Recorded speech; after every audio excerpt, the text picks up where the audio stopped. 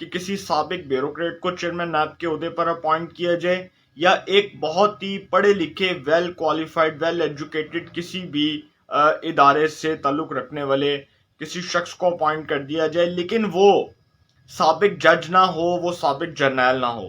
اب جس طرح آئی بی کے سربراہ رہے آفتاب سلطان صاحب، ان کے نام پر بھی غور ہو رہا ہے، جان زیب خان صاحب کے نام پر بھی غور ہو رہا ہے، اور اس کے بعد اخلاق احمد تارڑ صاحب کے نام پر بھی غور ہو رہا ہے، کیونکہ یہ بھی بیوروکریٹس ہیں۔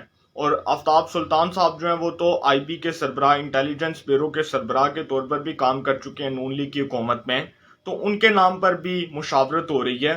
لیکن اس عہدے کے اوپر حکومت اب جلد بازی نہیں کرنا چاہتی، کیونکہ حکومت سمجھ گئی ہے کہ پہلے جو جلد بازی کی تھی وہ الٹا ہمارے گلے پڑ گئی، اور اس کا براہ راست نقصان جو ہے وہ ہمیں ہوا، ان کو نہیں ہوا، عمران خان صاحب کو نہیں ہوا۔ عمران خان صاحب کو تو کوئی ہاتھ نہیں لگا کر گیا، عمران خان صاحب کا تو کچھ بھی نہیں بگڑا۔ عمران خان صاحب کے خلاف تو معلم جبا، بی آر ٹی، اس کے بعد فرح خان کی کرپشن، عثمان بزدار کی کرپشن، اور بشرا بی بی کی کرپشن، عمران خان صاحب کی کرپشن، کسی کی کرپشن پر ہاتھ ہی نہیں ڈالا۔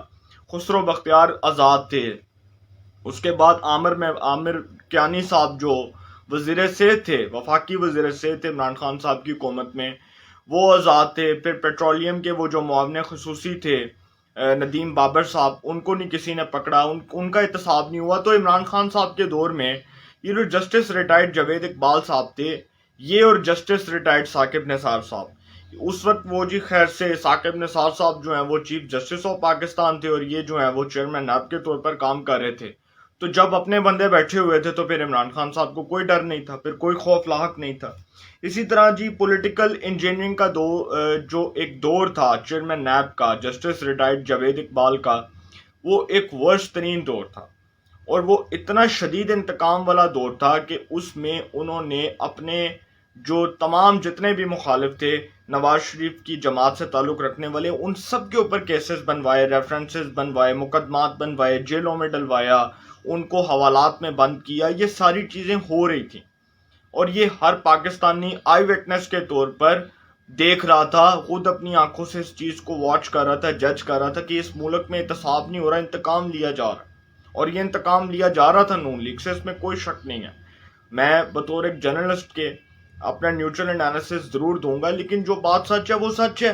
نون لیگ کے خلاف جو سارا کچھ ہو رہا تھا یہ پلانٹڈ تھا، اور یہ سارا کچھ جو ایک کھیل رچایا گیا، جس طرح پکڑ کے احتساب کے نام پر کتنی ریکوری کی نیب نے، پہلے نیب یہ بتائے کہ کتنے جو ہے وہ پیسے ریکور کر کے قومی خزانے میں جمع کروائے۔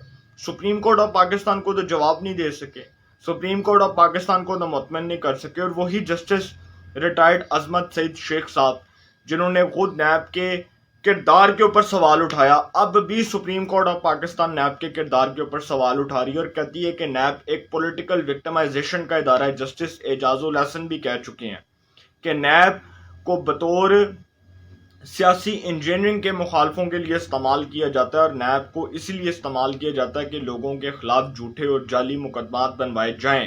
آپ دیکھیں کہ اس ملک میں کوئی بھی محفوظ نہیں تھا۔ جسٹس ریٹائرڈ جاوید اقبال جیسا بدنام زمانہ شخص، جس کے ہوتے ہوئے اس ملک میں اساتذہ کو ہتکڑیاں لگائی گئیں۔ کتنے شرم کا مقام ہے کہ پنجاب یونیورسٹی کے وہ سینئر اساتذہ جنہوں نے بڑے بڑے جو ہے وہ پاکستان کے بڑے مائناز قسم کے اسٹوڈنٹس کو پڑھایا، بڑے مائناز قسم کے صحافیوں کو پڑھایا، ان کو ہتکڑیاں لگائی گئیں۔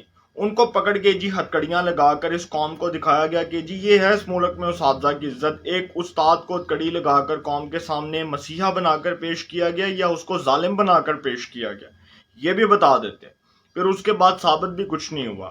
پھر اس ملک میں بیوروکریسی کو جس طرح نیب نے نقصان پہنچایا، انویسٹمنٹ کو جس طرح پراپرٹی کو نقصان پہنچا، پراپرٹی ڈیلرز کو نقصان پہنچا، ہاؤسنگ سوسائٹی کے مالکان کو نقصان پہنچا، سیاست دانوں کے اوپر جو ہاتھ ڈالا گیا، اس کے اندر سے کیا نکلا؟ کتنے پیسے ریکور کیے نیب نے بتائے؟ آج قومی اسمبلی کے اندر نیب کے چیئرمین کو بلایا گیا، قومی اسمبلی کی قائمہ کمیٹی نے بلایا، سینٹ کی قائمہ کمیٹی نے بلایا، کتنی دفعہ پیش ہوئے؟ آج تک نہیں ہوئے پیش۔ کو بتاتے نا وہاں پر کتنے پیسوں کی ریکوری کی ہے، وہاں پر کتنے پیسے ریکور کر کے قومی خزانے میں جمع کروائے، اور سیاست دانوں سے کتنے پیسے ریکور کیے ہیں، یہ بھی بتا دیتے، یہ بھی نہیں بتایا۔ اچھا، اب یہ جو سارا کچھ ہو رہا تھا نا جسٹس ریٹائرڈ جاوید اقبال صاحب کے دور میں، اگر اس کی انکوائری آج کھل جائے اور آج اگر اس کی انکوائری کروا دی جائے حکومت کی جانب سے کہ بھائی یہ کس بنیاد پر بنایا جا رہا تھا یہ سارا کچھ، یہ کس بنیاد پر یہ کھیل رچایا گیا، اور یہ جسٹس ریٹائرڈ جاوید اقبال کی ڈورے کون ہلا رہا تھا، کیونکہ دیکھیں یہ اتنی آسانی سے یہ معاملہ بیٹھ نہیں سکتا یا یہ معاملہ سلجھ نہیں سکتا. میں نہیں سمجھتا کہ یہ معاملہ اتنا آسان ہے. یہ معاملہ بہت مشکل بن چکا ہے اور اس کے اوپر حکومت کو ایک تحقیقاتی کمیٹی بنانی چاہیے یا تحقیقات کے لیے کوئی GIT بنانی چاہیے اور جاوید اقبال سے پوچھنا چاہیے کہ بھائی وہ کون سے لوگ تھے جو آپ کو پریشرائزڈ کر رہے تھے کہ آپ ان کے خلاف مقدمات بنائیں، آپ ان کو جیلوں میں ڈالیں. کیونکہ سپریم کورٹ آف پاکستان کی جو آپ کی آبزرویشنز ہیں وہ بہت امپورٹنٹ ہیں، اور آنریبل جسٹس عمر عطا بندیال صاحب کہتے ہیں کہ جی چیئرمین نیب ایک ایسے دیانتدار شخص کو ہونا چاہیے جس کے کردار پر اور جس کی شخصیت پر کوئی انگلی نہ اٹھا سکے. تو سر پھر آپ ہی چیئرمین نیب اپوائنٹ کر دیں. پھر حکومت تو پاگل ہے کہ حکومت جو ہے وہ ایگزیکٹو تو پاگل ہے کہ ایگزیکٹو ایم ہی چیئرمین نیب کو اپوائنٹ کریے. سر پھر آپ ہی کر دیں with a very due respect. آپ کو چاہیے کہ آپ چیئرمین نیب کو اپوائنٹ کر دیں، کیونکہ اگر یہ معاملہ سپریم کورٹ کے دائرہ اختیار میں آتا ہے، بقول جسٹس عمر عطا بندیال صاحب کے بہت عزت اور احترام کے ساتھ بات کر رہا ہوں، تو پھر ان کو چاہیے کہ خود ہی چیئرمین نیب کو اپوائنٹ کر دیں. حکومت کو کیا ضرورت پڑی ہوئی ہے چیئرمین نیب کو اپوائنٹ کرنے کی؟ تو سپریم کورٹ آف پاکستان بھی اس حوالے سے اپنی آبزرویشنز دے چکی ہے، اور اچھی بات ہے. اگر سپریم کورٹ آف پاکستان اس معاملے میں آتی ہے تو یہ ذمہ داری پھر جسٹس عمر عطا بندیال صاحب اٹھا لیں. ٹھیک ہے، اگر کل کو وہ بھی کوئی پولیٹیکل وکٹمائزیشن کرتے ہیں، کوئی بھی شخص چیئرمین نیب کے عہدے پر اپوائنٹ ہوتا ہے اور وہ پولیٹیکل وکٹمائزیشن کرتا ہے، تو پھر ٹھیک ہے، اللہ اللہ خیر صلی اللہ، پھر ستہ خیر ہیں. پھر سپریم کورٹ کے جو جج ہیں جسٹس عمر عطا بندیال صاحب، جب وہ ریٹائر ہوں گے پھر کبھی بات ہوگی. پھر لوگ کہا کریں گے کہ جی وہ تو انہوں نے کیے تھے اپوائنٹ. ٹھیک ہے، وہ ذمہ داری لینا چاہتے ہیں تو لیں، لیکن نئے چیئرمین نیب کے معاملے کے اوپر اب حکومت جلد بازی نہیں کرنا چاہتی. حکومت سمجھتی ہے کہ اس معاملے کو جتنا باریک بینی سے دیکھا جائے، جتنا تحمل اور مزاج سے دیکھا جائے، اتنا ہی اچھا ہے. کیونکہ اگر اس پر جلد بازی حکومت کرے گی تو پھر وہی ہوگا، جاوید اقبال جیسا کوئی ڈمی شخص آئے گا جس کی کوئی ڈورے لا رہا ہوگا اور وہ احتساب نہیں انتقام لے گا. تو انشاءاللہ اس حوالے سے جو بھی اپڈیٹس ہوں گی آپ کو انفارمیشن ملے گی. انشاءاللہ پھر ملاقات ہوگی. اپنا بہت خیال رکھیے گا. اللہ نگہبان.